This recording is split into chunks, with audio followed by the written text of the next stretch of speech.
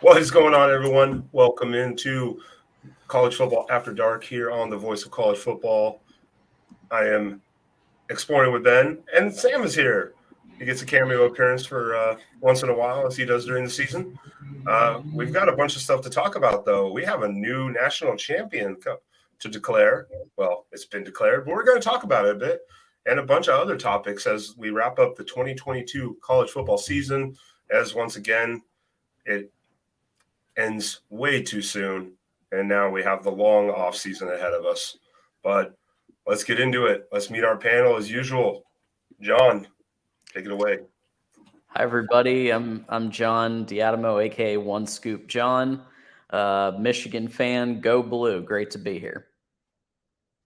Yeah, hi everyone. I'm Tim Prangley, resident USC Trojan. Fight on! Glad to be here as well. Yeah, you guys know me already. It's Jordan, Clemson fan, resident Clemson fan, host of the Clemson Voice of College Football live show. Glad to be here. Your turn, Will. Yeah. What's up, everyone? It's Will and D here, diehard Fighting Irish fan, and yeah, excited to talk some football tonight. Absolutely. So before we kick off everything that we're going to talk about, just a reminder for everybody joining us. Thanks for joining us. If you could give the video a like, that would be awesome. Subscribe to the Voice of College Football, and if you really feel generous, send us a super chat, because any question or comment or whatever that gets a super chat goes to the top of the list on what we're going to be talking about. So all of that stuff, just keep that in mind. And we're going to cap things off with the national championship game. So Georgia, of course, played TCU in the national championship game on Monday. And just looking at all the stats, it wasn't just the fact that Georgia won 65-7, but if you look at every single aspect, whether it's time of possession, passing yards, rushing yards, Georgia just kind of had the advantage in almost every statistic. So with that said, what did you think about the game, and just what do you think happened with TCU when they faced off? Well, I said it before the game. I didn't think it was gonna be close. I didn't think it'd be this much of a one-sided game. I think I said it was 14 or 17 points, but the fact that you're looking at two teams, that one is a recruiting juggernaut, has been scoring top classes for I don't know how long. They have insane depth and talent on both their lines, and a secret weapon in Brock Bowers that just is unstoppable. You add all that up with the fact that Ohio State was able to mitigate all that talent because they have a hell of a lot of talent themselves. They were able to exploit the one, if you want to call it even a weakness, that Georgia had, and that was attacking the secondary with an elite quarterback and elite receivers. So they got into a shootout and had a chance at the end. It's a great what Sonny Dykes did at TCU, a great Cinderella turnaround story, simply amazing. But at the end of the day, they just did not have the athletes. Yeah, I was one of the ones I think that thought it would be kind of close. I thought TCU kind of had that magic. A lot of us said over the year, eventually they're gonna get tripped up. But oh man, for a split second when TCU got that one busted coverage play and got a touchdown, I thought, okay, TCU might have a game. They're going to get it rolling, and then it just got out of control, and Georgia did not let up. Georgia was trying to make a statement to a degree. They could have easily just run clock and run the ball, but they were still throwing it with the backups in. They were like, it was hard, definitely hard to watch. And if you were a TCU fan, that's a hard way to lose at the end of season, but it was still an amazing season for TCU and for Sonny Dykes. So you can't hate how it turned out, even though the loss obviously sucks really bad. Yeah, absolutely. I mean, there's not really much more you can say about this game. It really was just, the case of two teams that are just on different, tiers as far as just the kind of athlete they recruit and, the depth and the talent that each team has. And and you combine that with Georgia played out as perfect of a game as you can play outside of that one busted coverage, and TCU, they were just overmatched. They didn't play, they didn't play very well, and that's how you get that margin. If they played if they played 10 times, would Georgia win by 58 every time? I don't think so. But this was indicative of just the kind of talent and coaching that Georgia has on both sides of the ball. I think when you combine that kind of talent with elite coaching, it's a tough recipe to stop, because they've just been a buzzsaw all year outside of games, and TCU just they were overmatched.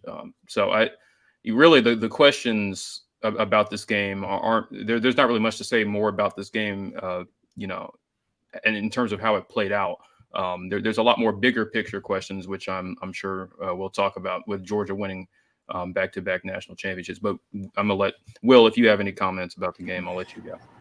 I felt like Kirby could have slowed it down a bit. Like once you get to like 40 to 7, I think it's okay to slow it down a bit. I mean, I'm not hating on the guy. He's a winner. He's a national champion. But I thought it was a little classless at the end there.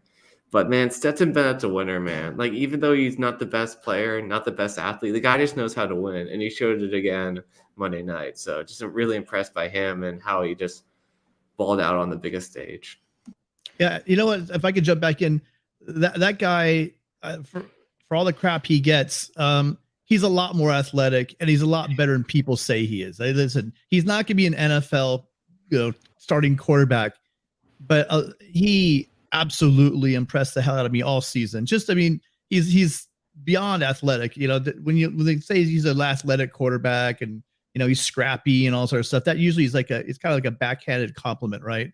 But he really did make that offense run, and he extended plays. He makes plays with his feet, and he's made some great throws. So Stetson Bennett's going to go down as one, funny enough, as a legend at Georgia. He won more national championships than Herschel Walker did, right? So I mean, he's an absolute legend. He's going to be one of the most decorated and remembered Georgia players, that's for sure. And touching upon that, I'm sorry for TCU fans, because I had to recall also. Remember, Georgia smoked Oregon at the beginning of the year also. And, we thought, okay, Oregon, maybe new staff, whatever. Well, this game just proved Georgia may have stumbled a couple times here and there, had a couple close calls during the regular season. Well, they bookended their season, beginning and end, by just completely outclassing and out scheming their opponent. And give Monken credit, not just because their defense. Monken, the way he calls those games are just precision. I mean, he's surgical. The way he does those play calls and the way that he has his team executing offensively. And it's so, I mean, props to Georgia. What can you say? I mean, you can't say anything more than good things. Monken is what a hallmark of a good offense is when you can have that balanced approach between the pass and the run, which they did.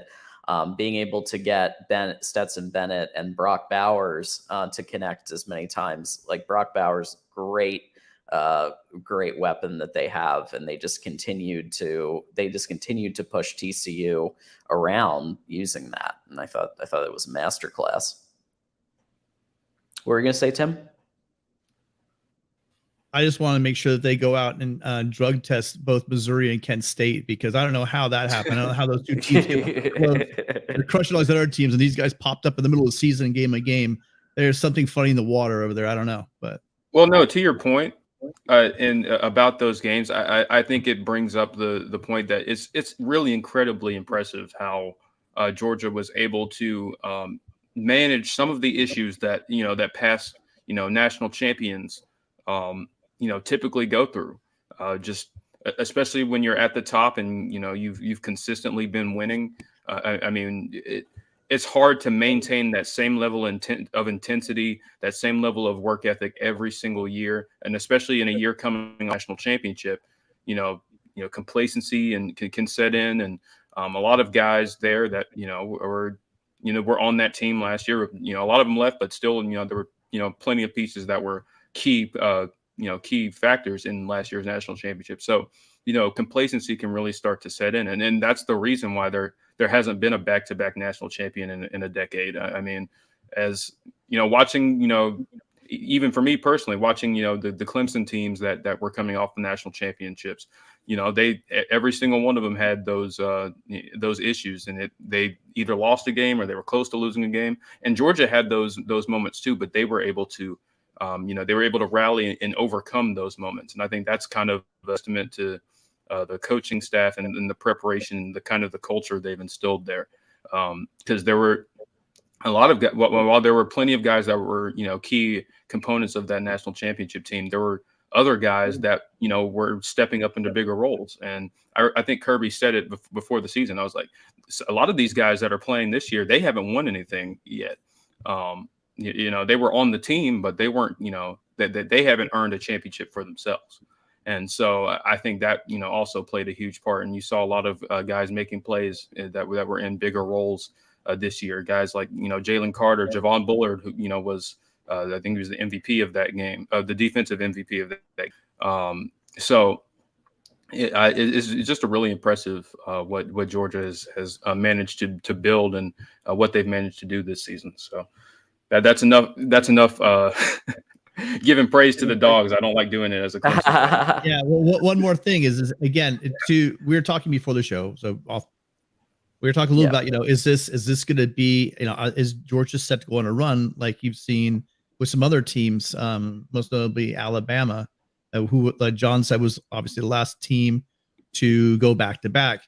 And the key to that's going to be a couple of things. Is when you talk about going on runs like that, you're going to lose, you know, you're going to lose Monken at some point, right? And how well can you replace him? You're going to lose your 12th year starting quarterback, you know. So, you know, at some point, these things that do seem to hit you. Will they be able to replace those guys with, like, because I mean, you have at Alabama, Saban has been a master at this, right? He has guys, coordinators come and go, and they almost don't miss a beat sometimes. So that will be the real challenge, is the quarterback position, because you know you're gonna have line, you know you're gonna have all the other guys, especially on defense. But will they have? Because you do need to have, at the very least, a quarterback that can navigate some of the defenses in the SEC and the top defenses in the country. So that'll be interesting to see. And then really quickly, Colby says here, a rest in peace to UGA player that passed away this morning. You know, R.I.P. Devin. He's referring to Devin Willock, I think. He died this morning. Yeah, offensive lineman. He died this morning with a Georgia staffer in a car accident. Very sad. Obviously, our prayers and thoughts go out to his family and friends. Absolutely, yeah. Awful story. I remember, you know, it showed up on my timeline on Twitter. That was pretty rough. And I saw a post from a fan that had taken a picture with his son with Devin. You know, probably several hours before the accident. So that was heartbreaking to see. So yeah, our thoughts and prayers are with the the community in Athens, and to the families of the two people that lost their lives in that accident. So absolutely, yep. Thoughts, prayers, everything to the Willock family. Obviously, that's never a great. Actually, I had a friend of mine who their significant other just had a similar situation, passed away. So yeah, it's sad, man. Yeah, it's never a good time. But kind of going back, I hate to do this, but like going back to what we were just talking about with respect to building up potential dynasties.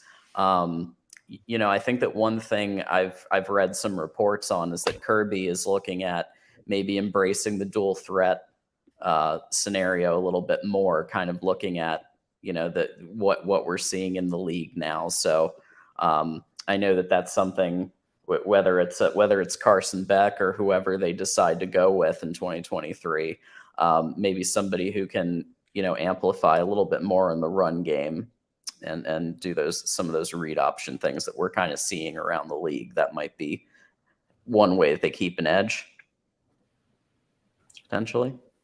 Possibly. I mean, even when Stetson ran, like, You see him run now and then, or he'd have rollouts.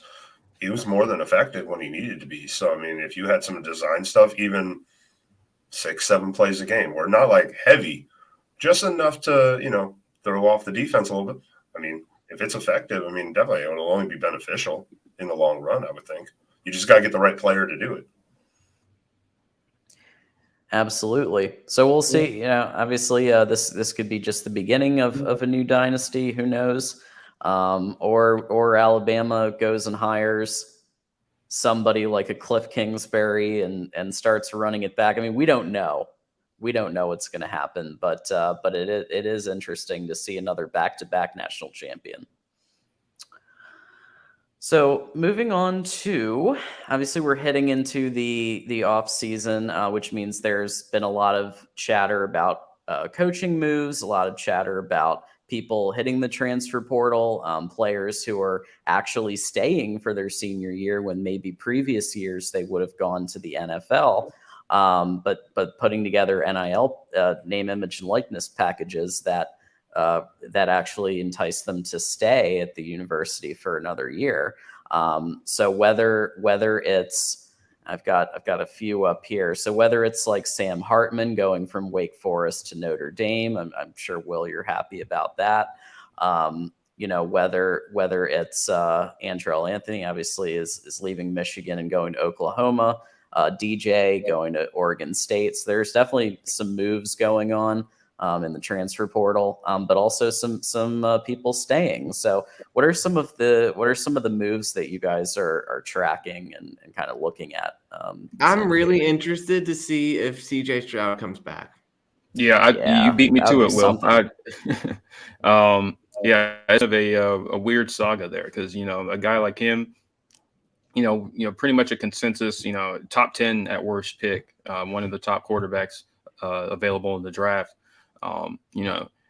It's been kind of a foregone conclusion. It's treated like a foregone conclusion that he would be declaring, but he's taken his time, making that announcement. So it's leaving people to wonder, is it possible that he feels like there's unfinished business? The Ohio State obviously was just this close to possibly national championship. So you could argue that he feels like he can make another run at it. And in the age of NIL, I think there's eventually going to be a quarterback of his caliber that decides to stay in college, kind of like Matt Leinart did it back in the day. But with NIL, I think you definitely could see a top quarterback choose to stay in school to maybe to play for the chance to play for a national championship, because the kind of money that they can get now, while it's not necessarily worth a rookie deal, usually it could be enough incentive it's like, well, I'm not ready to leave yet. So it's interesting. Well, and not even for national title. I mean, you think of even an average quarterback on a pretty good team who maybe doesn't have a good backup option. If they can get enough NIL money to say, hey, you're probably going to be an undrafted free agent, we can pretty much with NIL cover what you would make there, and you're safe here and you get to start and play another year and raise your drafts. Why wouldn't you stay if you're going to make probably the same money you might as a 6th round pick maybe, or undrafted? So NIL as a way to persuade people to also stay another year for themselves in the school. So it's kind of it's an interesting scenario when you look at different players and the needs of the school and what NIL can do for everyone. That's the thing, though. CJ Stroud is not going to be a 5th, 6th round. Well, no. Yeah. And I'm not talking about championship teams. I'm talking about just average teams. I'm not saying that's your point. What I am saying is that's what makes this such an anomaly, is the fact that this would be, you want to get through your rookie contract, get to that second contract where the real money is going to hit. CJ Stroud is the kind of guy that's going to be making insane first round money from day one that no collective is going to be able to really match in reality. So we're looking at 20 million signing bonus for CJ. I mean, that's the type of number you're looking at. So I think he's going to end up. I think he's going to end up declaring. I don't know what the holdup is. That's kind of weird. I mean, it is bizarre that he hasn't already. I can't imagine what the thought process would be. I mean, it would be a great story for college football. It's like, I just want to win for my boys, but there's wanting to win for your boys, and there's like leaving millions, 5 or 6 generations worth of money living like the richest kid on the block. It's not some kind of money you sneeze at. So I would be insanely shocked if we don't find out tomorrow, which is the deadline that he's. Yeah. If he's really considering, he'll be gone. I mean, if money talks. Did we address the 2 super chats? No, we're going to right now pull. Let's do it right now. Erica's. Thank you, Erica, for always being on and for supporting not just the Iowa shows, but all the shows, and obviously big Iowa Hawkeye fan. Brian Ferentz needs to hit the transfer portal and go to the NFL. And I know we've talked about this on this show that Brian Ferentz will probably wind up finding some type of NFL seat warmer, analyst to the tight ends or some type of role like that in the future. Although we haven't heard any news yet. So that's called failing upwards, right? Well, listen, there's hope out there, Erica, because last week we were talking about good old Brandon Streeter getting fired. And look, now that and the coaching tree fairy gave them Garrett Riley. So it's right around the corner for you guys. I'm sure it's going to happen soon, hopefully. Yeah. Hey, stubborn coaches, it's possible, apparently. I never thought Clemson would make that move. We'll talk about that. Yeah, later. Congrats on getting rid of Streeter. Maybe you get somebody who actually can take advantage of all this talent that you guys have everywhere. Yeah, it's a novel concept around here, I guess.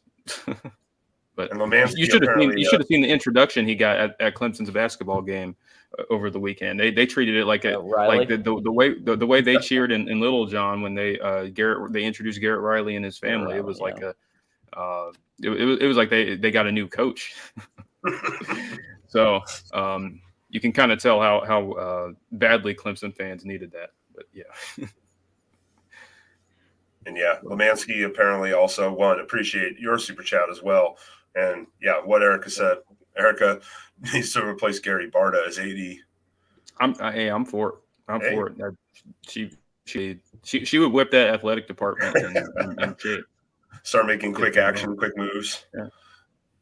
Yeah. If there's anybody who has a pulse on that program, it would be Erica. So yeah, I'm down for that. But thanks, Lemansky. Thanks for hanging with us the whole season and supporting Voice of College Football and also College Football After Dark. Both you and Erica have been awesome about doing that. So thank you so much.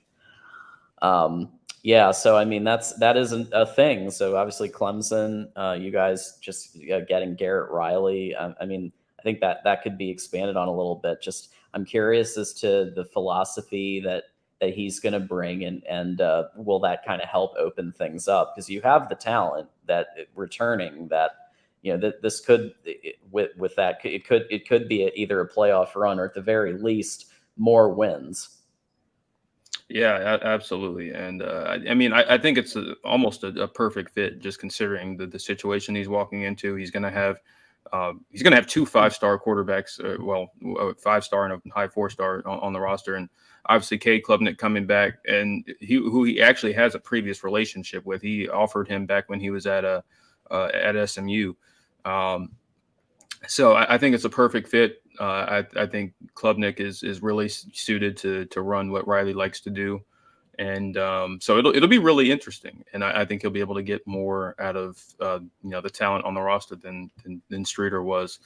So we'll see. I mean, Clemson returns 4 or 5 starters on the offensive line. They return basically all their wide receivers of significance. They bring back one of their 2 tight ends. And they return Will Shipley and Phil Monning back. So I mean, there's definitely plenty of talent to work with. I'm interested to see just kind of what new concepts and schemes he brings into the offense. But either way, I expect a much better and much more competent, especially against the teams, especially against the bigger teams they face, offensive performances. Because in all 3 of Clemson's losses, I mean, really, it was the offense's shortcomings that cost them those games. So it'll be interesting. But obviously, Clemson fans are really excited. It's a huge hire. It's arguably the biggest hire that Dabo Swinney's made from a resume standpoint on the offensive side of the ball. So it's this is big for Clemson's prospects moving forward, and from a recruiting aspect, because I think there's been a slight dip on that side of the ball. Just I think Clemson has lost some credibility with recruits, and so it's going to be interesting to see what kind of impact he makes in year one. But yeah, Erica Lomansky and Hawkeye fans out there, tell us who you want for your offensive coordinator. Go shopping right now and put it in the chat. Let us know who you would want to have for your OC. I do believe in coaching tree fairies. I do. Thanks, Lomansky. Appreciate that. Yeah, and just to touch on, so obviously we talked last week about Jim Harbaugh, so I won't touch on it too much here, other than the newest update is that the president of the university, Santa Ono, has been getting personally involved in the contract negotiations with Harbaugh, and it's looking pretty positive. Seems like something is going on with him and the AD Ward Manuel. Not really sure exactly what all went down, but now the president himself is getting involved, and looks like we should have a deal in the near future. I don't really, other than the Broncos, which she did have an interview at, it just strikes me that the NFL at this point is a backup plan. It's basically like trying to get the most money for the assistants, because really Harbaugh is more about the money for the assistants even than money for himself. Like he wants to get that pool up to like close to 8 million.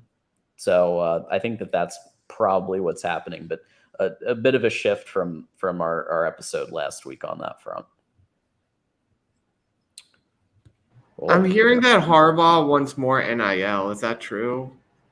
I think they all do, but yeah, I mean, yeah. And so if you remember, so Cade McNamara did a podcast like a month or so ago with Jordan Palmer as a the guy, he has that quarterbacks camp, and so Cade kind of has grown up with him, kind of helping train him, and there is a lot of talk about the fact that like Iowa and Nebraska, he brought up those two examples of like teams that have a legit NIL program where like you sign up, you commit to a position, and you have a position, then you get X number of dollars, and they kind of have it really solidified. So I think that that's something that they're working on, and especially with Santa Ono, kind of our new president. He's very pro athletics and wants to kind of rate. He used to be the Cincinnati president, and they all love him there. So just everybody I've talked to is a Cincy fan.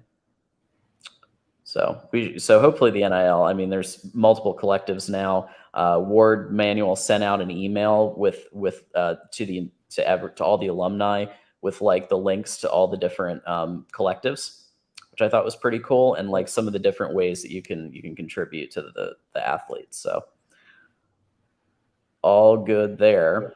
So it's baby steps. Still a long way to go. So on that front, we've had a season, and we're on kind of our big kind of season finale, so to speak. So I figured this would be a great time to talk about favorite games of this season. If you think of all the games that were played this season, what's one that stands out to you as just notable? It doesn't have to be your team; it could be any. And we can start with Jordan. Oh man, there's a ton. There were so many great games this season. Hell, I could name quite a few from bowl season. Probably just, I don't know. I guess the semifinal between Ohio State and Georgia, I think that was just an instant classic. Honestly, you could pick both semifinal games. I'm sorry to bring that one up, John, but fine. It was. You're right. But both semifinal games were absolutely incredible.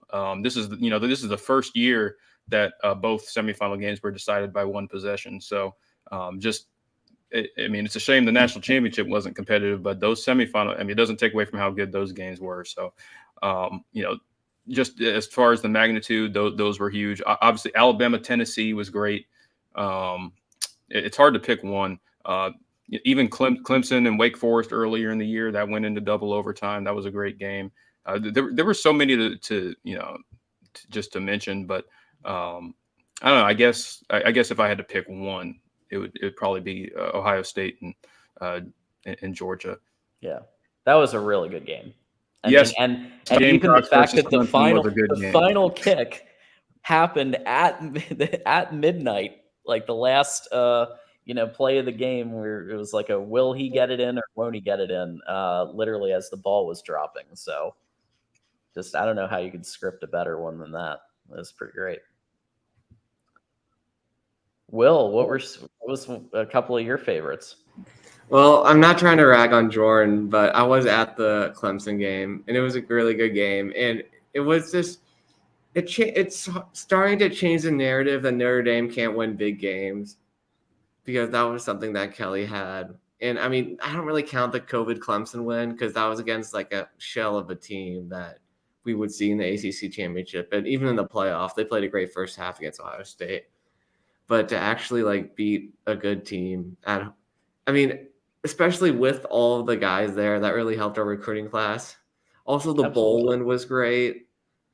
Even though we have a pretty good record in bowl games that aren't New Year's Six or playoff, which I don't know if that's the most record you want to be proud of, it was great to beat an SEC team because we all love beating SEC teams.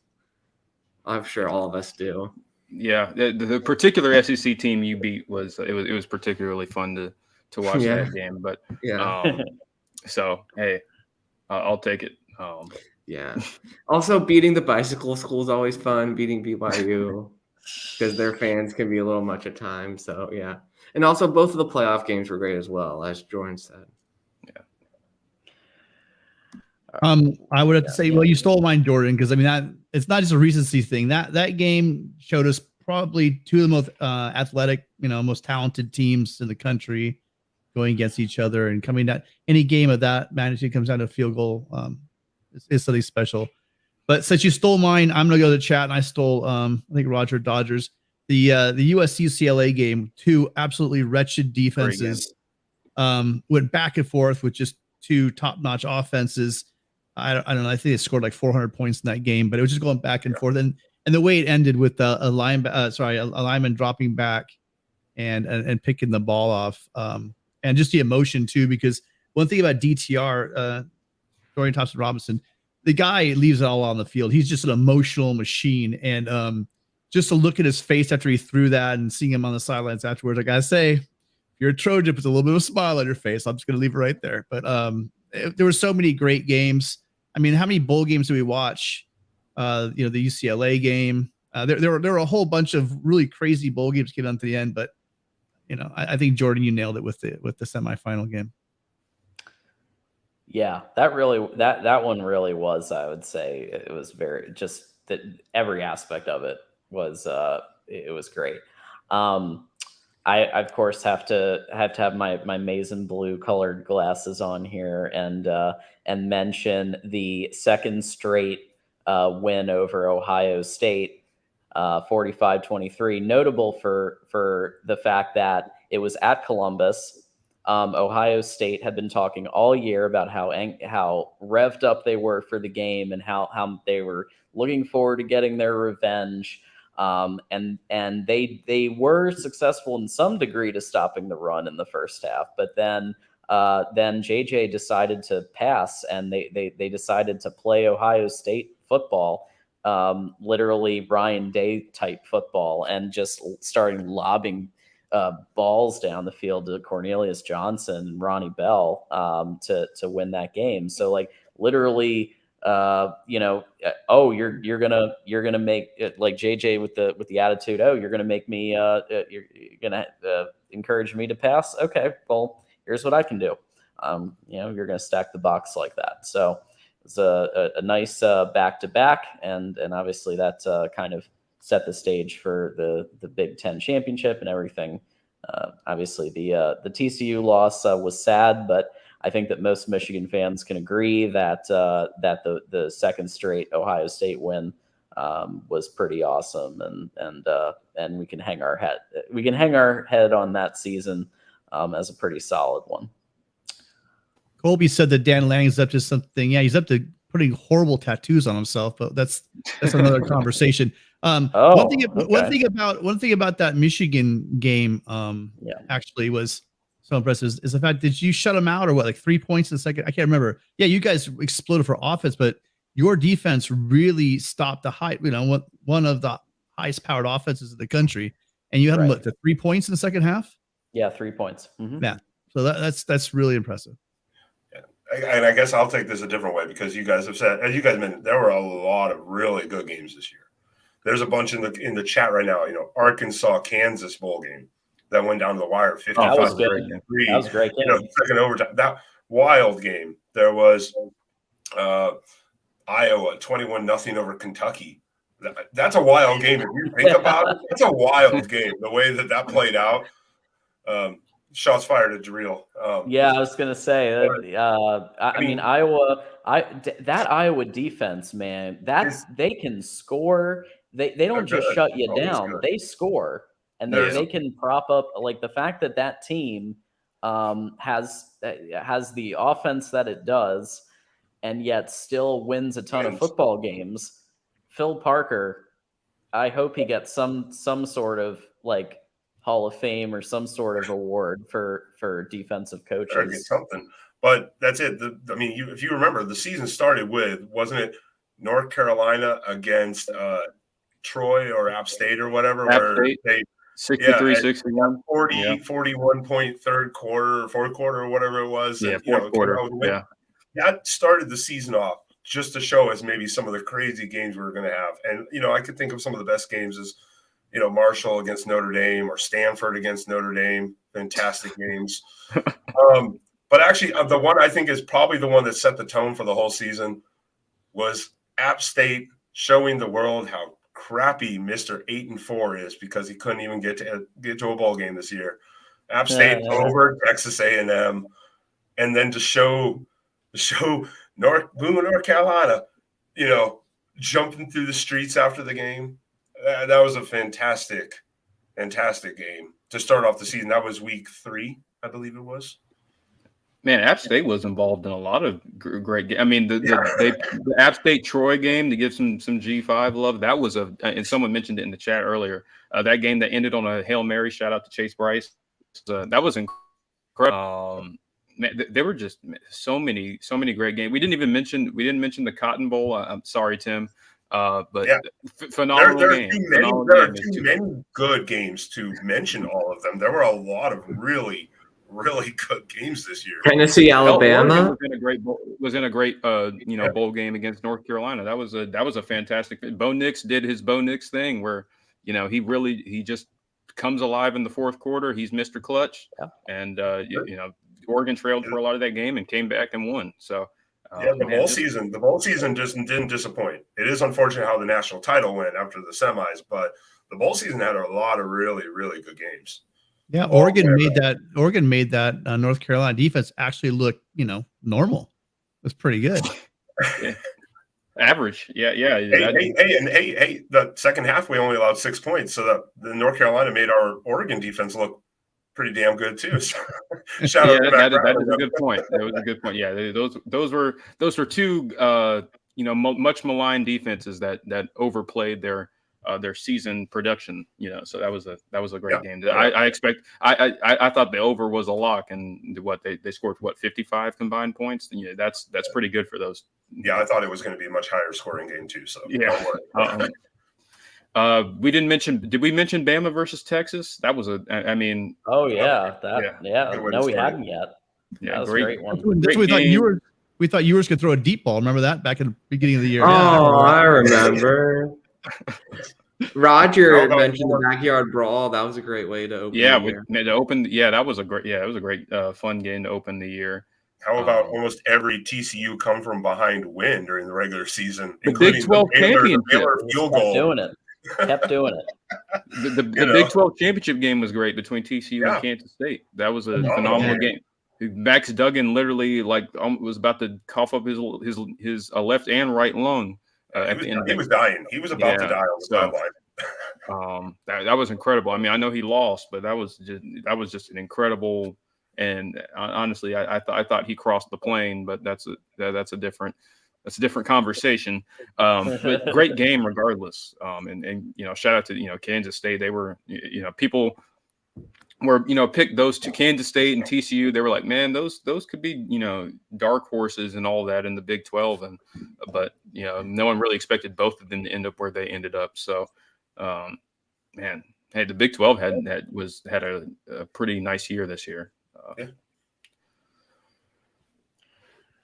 Absolutely. Yeah. And I mean, there were actually like a ton and it's hard to kind of narrow down, but yeah, you're right about App State being in a couple of them.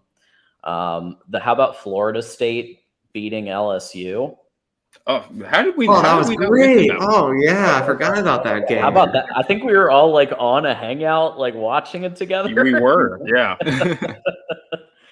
I mean, one of us was really ahead because they were watching it on cable. So I think it might have been, was it Jeff? I don't remember, but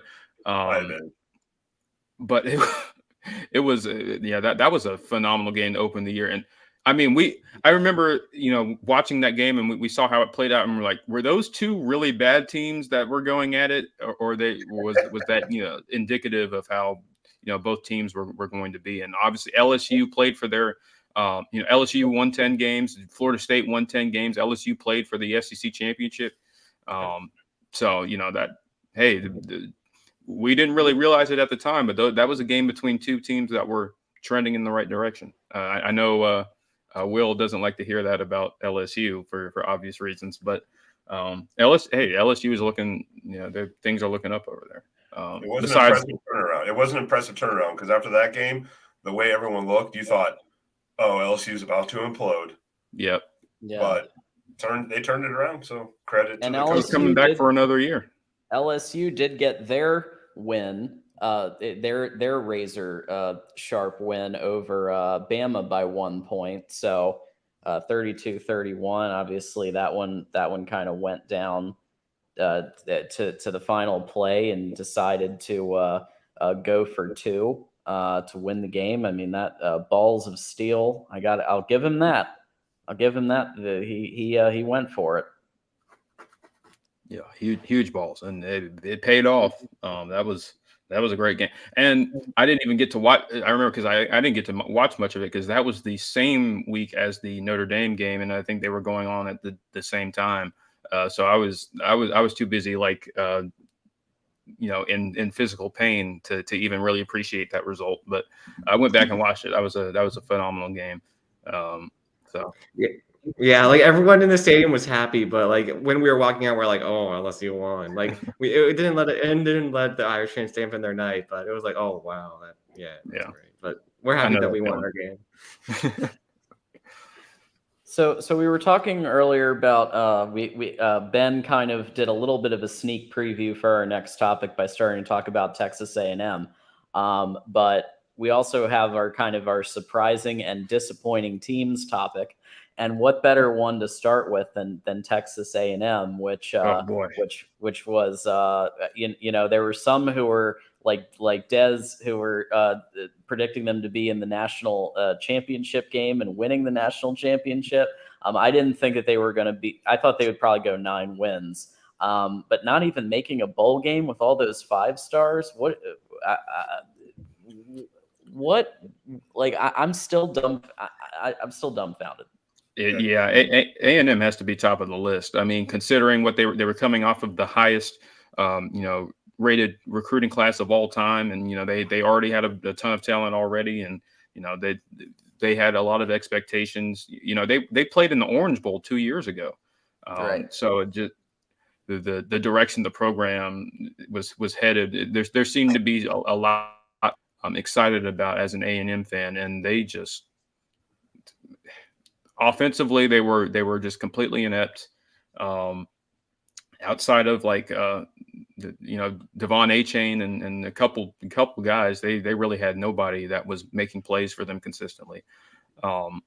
and they lost a ton of games. Obviously, the App State game is what jumps out in everybody's mind. But man, that was they were awful. Well, especially when you look at what other first year coaches did for other teams.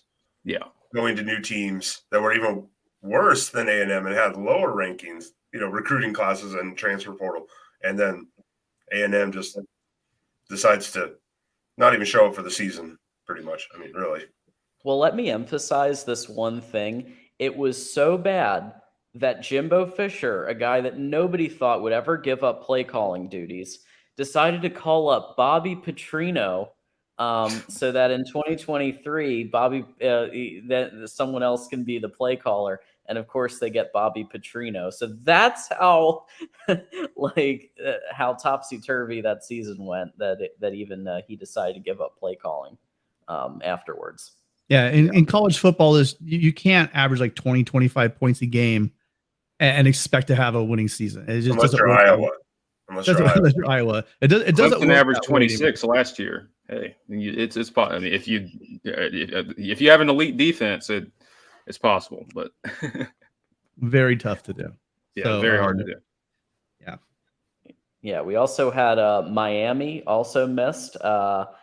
So obviously, just new. I thought it was a great hire with Mario. Obviously, alum, native son, so to speak. So obviously, kind of he came in with a wave of good press and everything else. An OC that shall not be named. And just decided to they didn't really have much going on offense the whole year. So as the resident Cristobal guy, I'll just get this out of the way. I told you, Miami fans. I warned you before the season. Your offense is going to suck, and what did it do? It sucked. Yeah, your Heisman winner, your Heisman potential, Tyler Van Dyke, got replaced. He got benched, and then the backup got benched again. And then Middle Tennessee ran it down your throat and threw it all over the yard on your asses, in an empty stadium. So, I mean, we warned you guys. We did warn you. Remember, we had Justin Herbert. What a waste at Oregon, anyways, for the most part. And then we were talking about Jordan. Anthony Brown dropping dimes in the NFL preseason last season. Oregon, what do you do? Just be mediocre. It's a trend after a while, and it's always Cristobal's the consistent one. So I warned you, Miami fans. It's going to be a turnaround. I think it's going to be a slower turnaround than before. I mean, he walked into not the greatest situation. Well, they're 7-5 last year, something like that, 6-6, whatever. But I agree with you. He never wowed me. He never wowed me as a game day coach when he was at Oregon at all. He's a lights out recruiter, and I get with the bags they're throwing down there. I know USC lost out on Maui Goa, just like an insanely good left tackle. You guys, NFL ready coming out of high school. So he does what he does. He's going to recruit well. He's going to recruit lines, and I think that they will do better. But I agree with you, Ben, in the fact that he just said some of those. He did some serious head scratcher time. I mean, Helton was always known for his calling 2 timeouts in the first quarter kind of crap.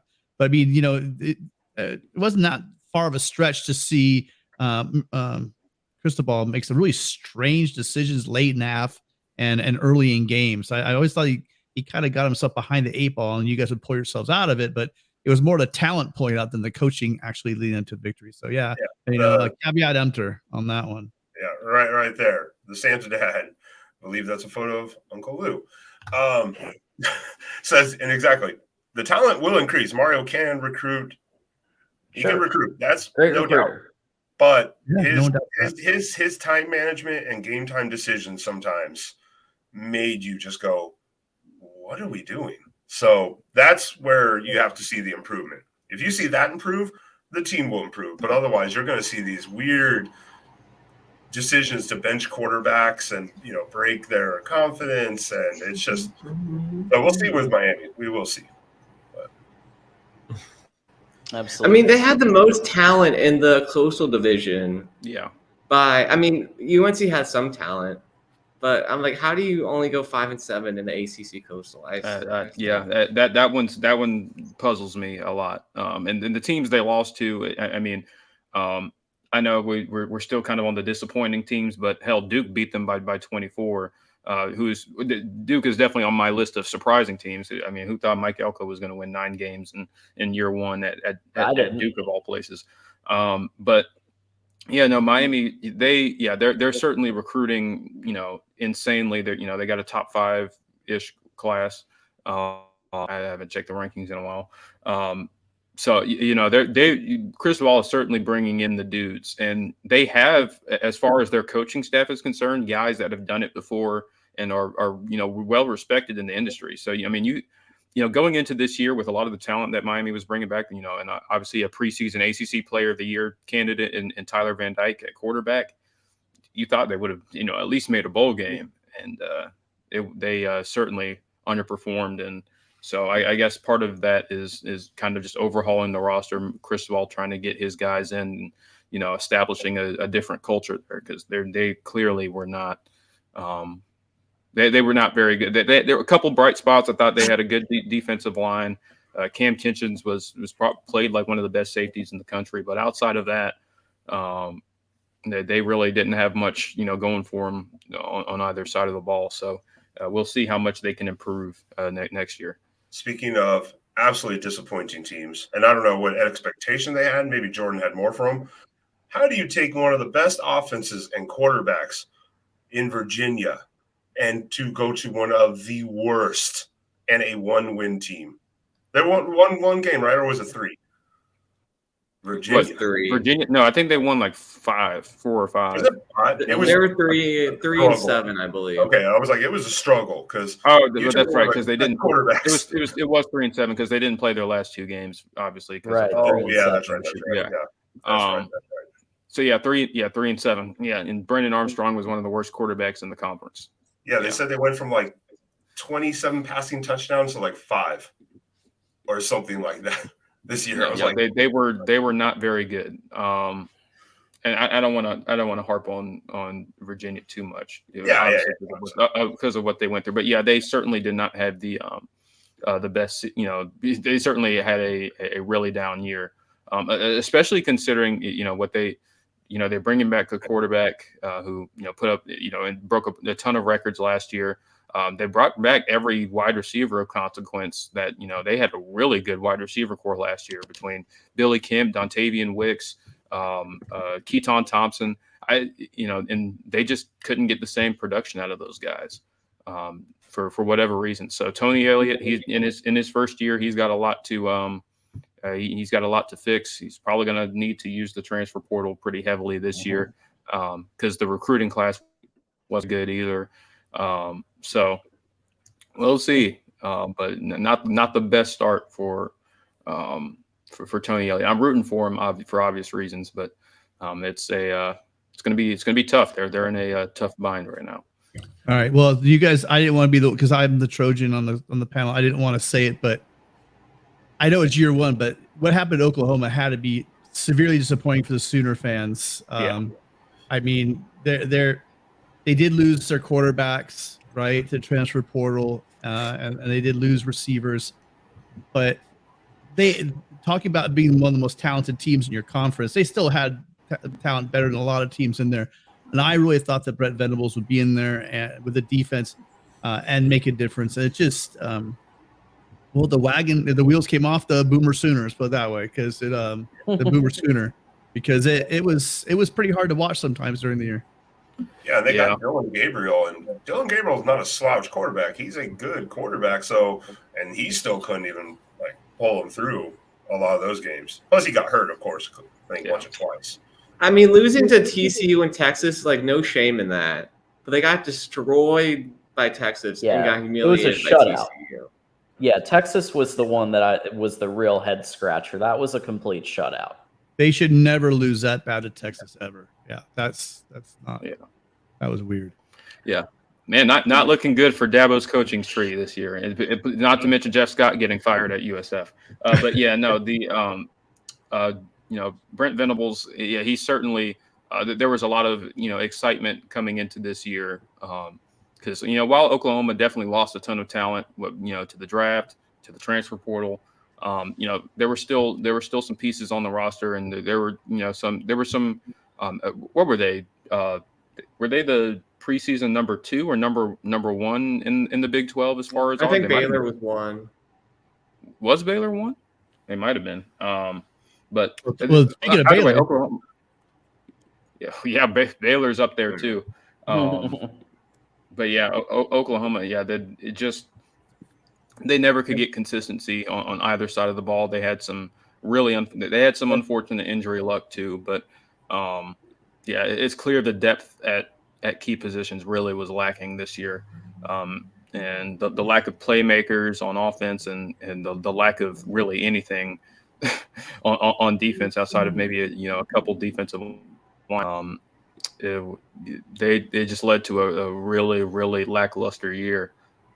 So hey, they showed a lot of fight in the bowl game. I was kind of impressed at how well they played against Florida State. I really thought that was going to be a pretty comfortable win for Mike Norvell and co. But they fought. Dylan Gabriel played well. It was a close game to the finish. So maybe there's some things to build on for next year. And obviously Brent Venables is going to have to make some additions in the transfer portal as well. So we'll see what how much improvement they can make in year 2. And Venables isn't going to learn how to coach defense, so they're going to be solid on defense. They're bringing in a great recruiting class on defense.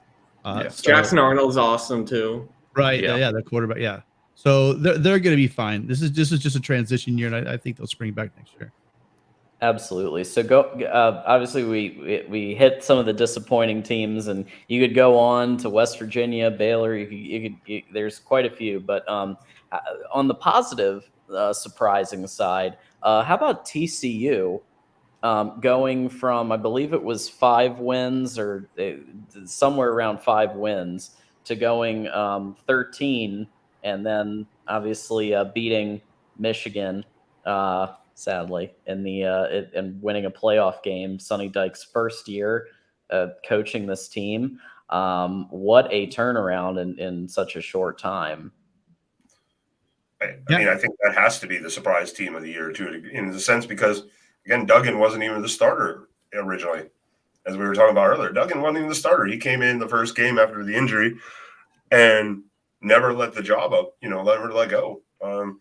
So, I mean, it was impressive no matter what, even if it was some close calls, fight from behind, even if they lost to K-State in the nail biter, in the championship game.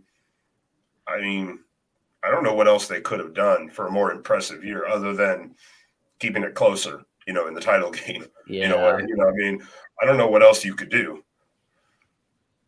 Absolutely. Yeah. That was a really impressive turnaround. Just in 1 year. I mean, they took how many, like 18 transfers that really overhauled that roster, and Sonny Dykes did a really good job I think a lot of what he does, is very adaptable to his personnel. And he turned Max Duggan into a player that we had seen flashes of brilliance before in the past, but never to the point where we thought he would be a legitimate Heisman contender. And he under Sonny Dykes, and obviously Quentin Johnson and Kendre Miller being huge components of that offense. Just a really incredible job over in Fort Worth, and we'll see what they can whether they can build on that. They actually had a pretty decent recruiting class this year, so we'll see what they can do moving forward. But really impressive season for the Horned Frogs. Well, likewise, I know. Oh, sorry, go Tim. No, finish up. Go ahead, Ben. Oh, no, I was going to say, well, likewise, I know, because I was going to say, Tim, of course, USC's turnaround this year was, but that's why I was going to let you go first. Well, I'm not going that direction. I'm going with since you were mad enough to talk about TCU, I'm going to talk about Tulane. Green Wave going from 2-10 and turning it around, having just this Cinderella story that they had. I got to watch it firsthand. I'm still in shock the last 3 minutes of that game. Yeah. I don't even know how that happened. But Tulane is just an amazing team, an amazing story for a team to go from 2-10 and then win the Cotton Bowl. That's And- got to be something epic. And remember, they beat Kansas State at Kansas State in Manhattan. So also another very impressive win for them on the season too. Yeah. Absolutely. You could see like flashes at like Tennessee. There was something in Tennessee when they played Oklahoma close after the tragedy that happened in their area. You could see that there's something there, but obviously like it's just so hard to overcome something like that. But this year they're able to show really like get over that hump and show what they could do and had an incredible year. And they beat Kansas State too. Like this wasn't just like it wasn't a fluke beating USC. Like Tulane's a great team, and Kleiman's has been building Kansas State for a few years now, and you've seen him building the identity of what that team's supposed to be. It was just more impressive that Martinez looked good for a while, but as soon as he went out, they got better because Howard could actually throw the ball. That was the difference. He could actually throw the ball. Yeah, absolutely. Will's not going to like this. I will give props to Brian Kelly for LSU. Especially after the first game, how that went. He's shutting off. That's it. After how that first game went, we said they could have just imploded, and he ended up winning the West Division. You could say, and we thought they were. You remember the Tennessee game? They got absolutely drug at home by Tennessee. LSU is spiraling. Give Brian Kelly about 2 or 3 years to lose the locker room, then we'll talk. We'll revisit this. Go ahead. Hey, they definitely, either way, they belong on this list. They definitely overperformed. People thought this was going to be a project year one, and he played for maybe 8 wins. And he wins the SEC West and beats Alabama to do it. Yeah, I mean, that's about as vindicating as you can get. I mean, there have been some teams in the past that won the SEC West, but they lost to Bama, and it's like, well, okay. But this year was just doing accomplishing all of that, and just kind of exceeding what people expected you to be like. That was pretty big for Brian Kelly in year one, and it's a good recruiting tool. So we'll see how they build on it. It was a good year for Brian and his family. Yeah, and his accent. Yeah. He went from some silly stuff early on to when you win and you beat Alabama, then people tend to forget about some of those things. But had they gone 4-8, you bet the people would be bringing up the family all through. So it's just winning takes care of everything, they say. Yeah. Awesome. So obviously we've got where the season's wrap. We're already talking about 2023 and some of the moves that have been made in the offseason so far for 2023 teams. Speculation about Alabama. So I think it was a week or two ago on the show, and Tide Guy, it was either here or somewhere, Tide Guy said there is the potential for a change up at OC. Maybe even a Cliff Kingsbury, but now apparently he's off to Thailand on a one-way ticket. So yeah, good luck with that. But I still think that Alabama will probably level up on defense at the bare minimum. With Pete Golding leaving, I think they're going to get better at defense. So I think that one is probably. I think they're going to come back. Saban wants to win one more title before he's done, I'm sure. And so I think that they're gonna try to get back up in that top echelon, like the top 2 or 3. There's a part of me that just really wants to see Bama and Georgia go at it again. Those games were great. Yeah, absolutely. And then obviously you've got to put Michigan and Ohio State up there. Both are reloading in a lot of areas. There's speculation about CJ Stroud coming back. We'll see about that. But either way, they're returning a lot of talent on wide receiver and elsewhere. Michigan has announced Blake Corum is coming back for his senior year, which is enormous. Trevor Keegan, Zach Zinner, both coming back. Michael Barrett coming back. I mean, these are huge. Like Cornelius Johnson just announced that there's a lot of talent that I didn't expect them to retain so many people, especially with this news about the Harbaugh in the NFL. So gotta put, I'd say, both of them on the list too from Big Ten. Absolutely. What do you guys think? What other teams do you think will probably be on the top in our way too early predictions? I mean, hey, Oregon is certainly got to be in that conversation. I think maybe not. I think they're not with those. Definitely could. I think they have a lot to build on from this season with Bo Nix coming back. They should be a really interesting team going into next year. Sorry, Connor. No, I know you didn't. I know you didn't like that. Who else? I mean, I think you throw Clemson in there with Oregon. They're always a factor. Florida State. With Jordan Travis coming back, that's going to be huge. And in some of the additions they've made in the transfer portal. Hey, Mike Norvell knows how to call offense. That's going to be a really, really nice team this year. And if they can fix some of the issues in the secondary on the defensive side of the ball, they could be a really complete team next year. Who else? The Beavs with DJ will make Connor happy. I'll make Connor happy. Yeah, and we didn't even mention the Beavs in our surprising teams. They won 10 games. So imagine and they had horrible quarterback play for a lot of the year. So, if DJ can fix some of his, some of his struggles, I think that could be a huge upgrade for Oregon. Yeah, well, I mean, I think that him being Jonathan Smith and that Jonathan Smith offense, with that the offensive line that they have, I think DJ just didn't feel comfortable for a while in that Clemson, for all the reasons that Clemson offense was really a struggle for him. And I'm hoping he does get some redemption, getting a fresh start with Jonathan Smith. And if there's a guy, Jonathan Smith is, he's a quarterback by trade, and he's done a great job with quarterbacks there. So it'll be interesting to see what he did with the guys he had this year.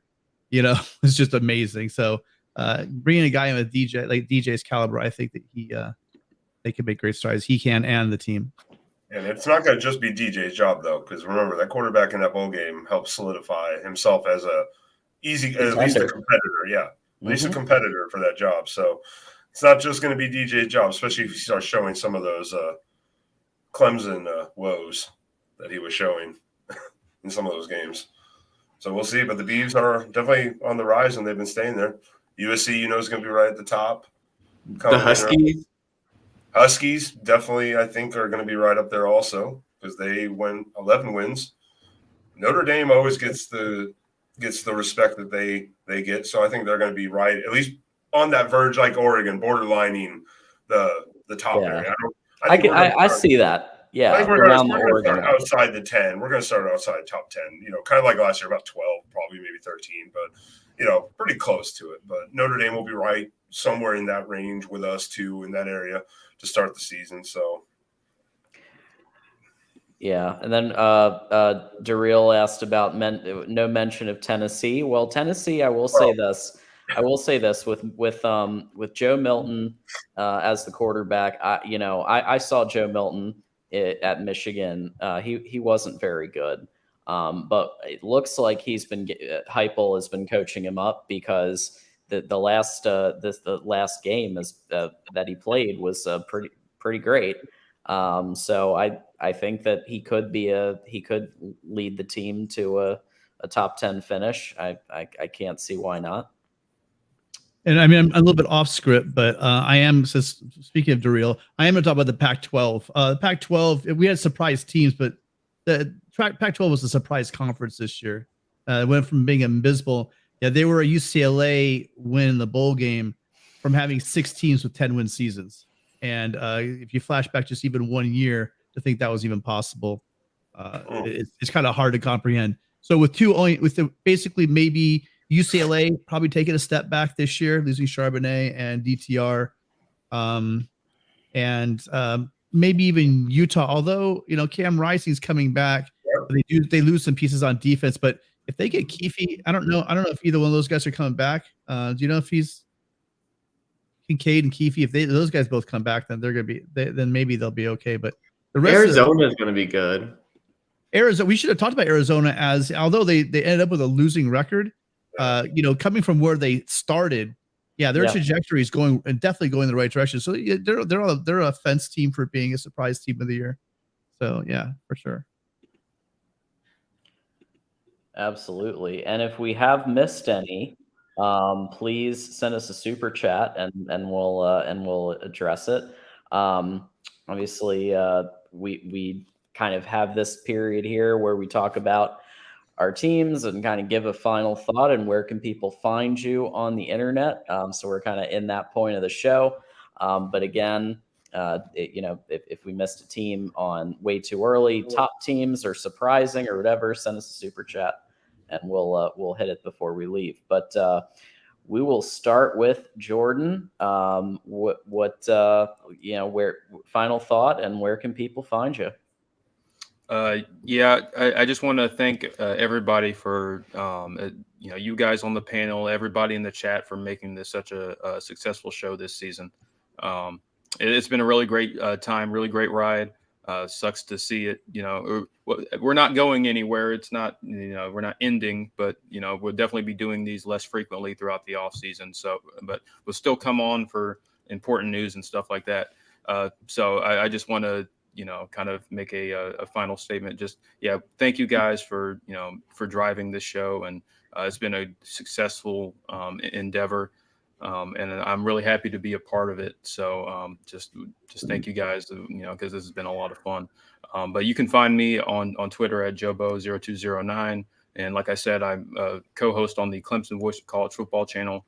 I'll be live on there every single week, Thursdays at 7 p.m. We do a live show every single week. So make sure you guys check that out as well. Give those team channels a sub and like, because we're trying to build those channels as well as the main channel. So it would really help Mark out. But thank you guys. Yep. So give them hit the links I just posted on the chat to follow Jordan and also subscribe to Clemson Football, the voice of college football. Will, we're on to you. Final thought, and where can people find you? Just excited for the Irish coming into the next year with a great recruiting class, bringing in Sam Hartman. This is Tommy Reese's last stand. If he messes this up, he's probably gone. So it's kind of a win-win. Either our offense is going to be great or Tommy's going to be gone.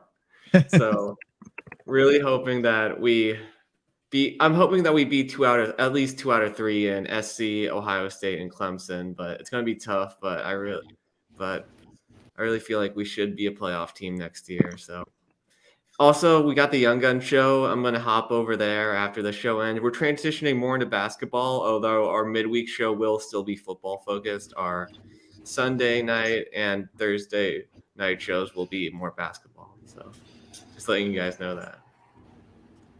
Really excited. Right. My VCU Rams knocked off Dayton. So huge win for the conference. And we're now tied for first. Hopefully we can keep it going. But that was a great win.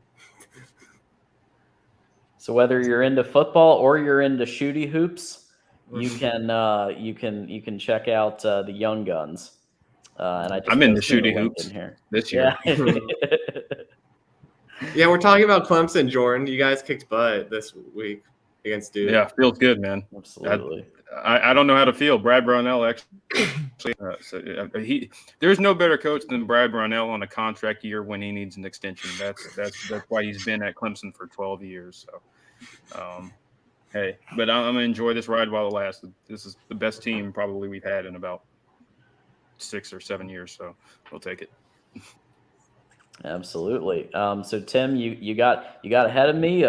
Follow him on Twitter. The link's already right there. And final thought, where can people find you? Amazingly enough, I get some of those bizarre questions, everything from college football to anyway, I'm gonna go there. So yeah, feel free to keep hitting up those DMs. I think it's hilarious. A lot of you guys are very creative. Even those either troll me, I have a good laugh out of it. You can always catch me with my friends Tony, Rick, and Chris on the Pac-12 show. We have it should be fun if you guys want to tune in for this one. We're going to have our awards ceremony for the Pac-12. Some of them are your traditional ones like Coach of the Year and things like that. But then they get pretty funny. So I hope you guys enjoy it. I hope to see a lot of you guys there. I want to echo what Jordan said. You guys are amazing on the panel. I've had a great time with you guys on here on screen. But also, if you guys for $5 a month, you guys should join the Discord channel, and you guys could. When they were talking about the watch party, I can't remember which game you guys were talking about. It was the LSU Florida State game. You know, we watch these games in the morning on just like this kind of a format, and we have people in chat, but we also have people that come in. You're on the panel, and it's also the best way. Some of you guys out there could do a hell of a lot better job than I up here. If you guys were in the Patreon, you guys could also be a member on this panel.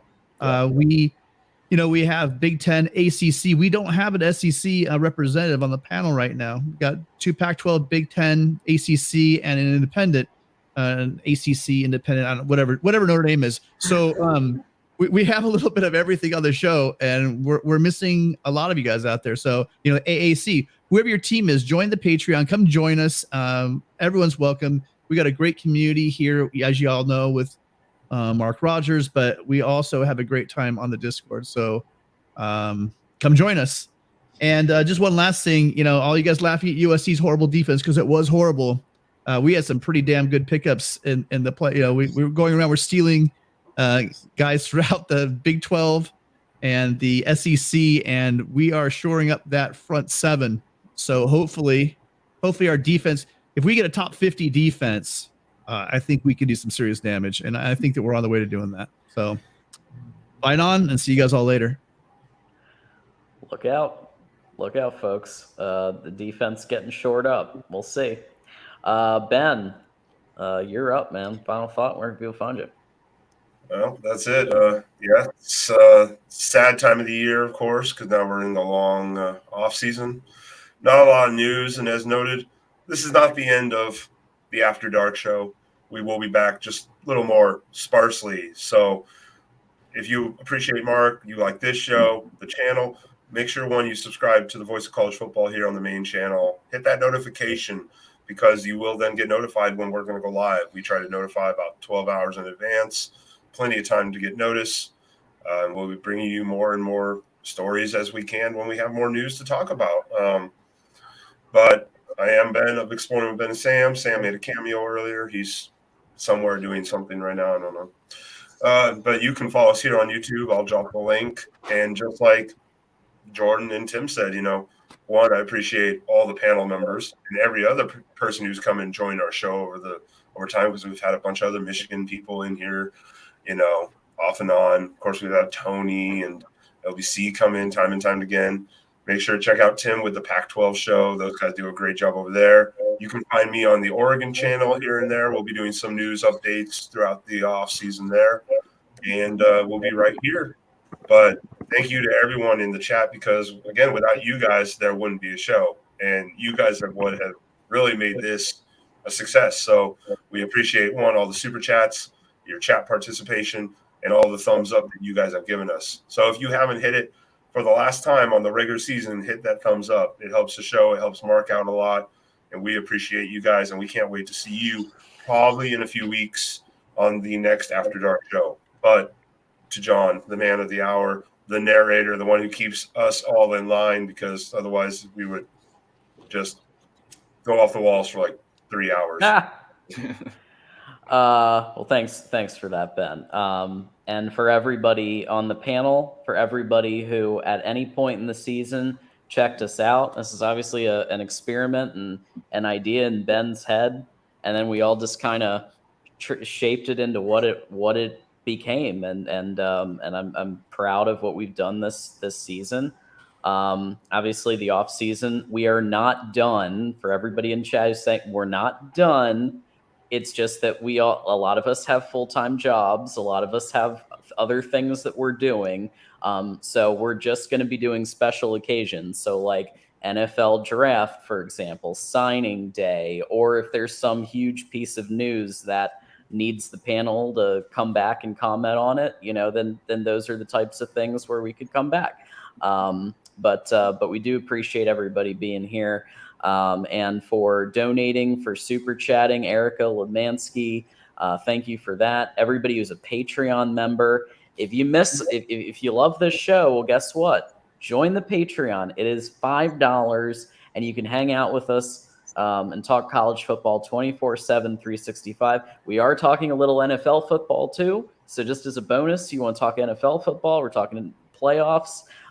There's basketball talk going on. So it's not, it's voice of college football, but we dip into some other areas and just, I'll give each other a hard time a little bit and have fun a little bit and kind of a good mix. So where you can find me, you can see right here, got my Twitter at John Diadamo. I also have finally been posting on the channel a little bit. So I'm gonna go ahead and I'll put the link to my channel in here if people feel like checking that out. But other than that, it has been a real honor to be here and to hang out with everybody. And until the next time, go blue. And thanks everybody. Thanks everyone. Later, guys. Enjoy your off season. We'll be back.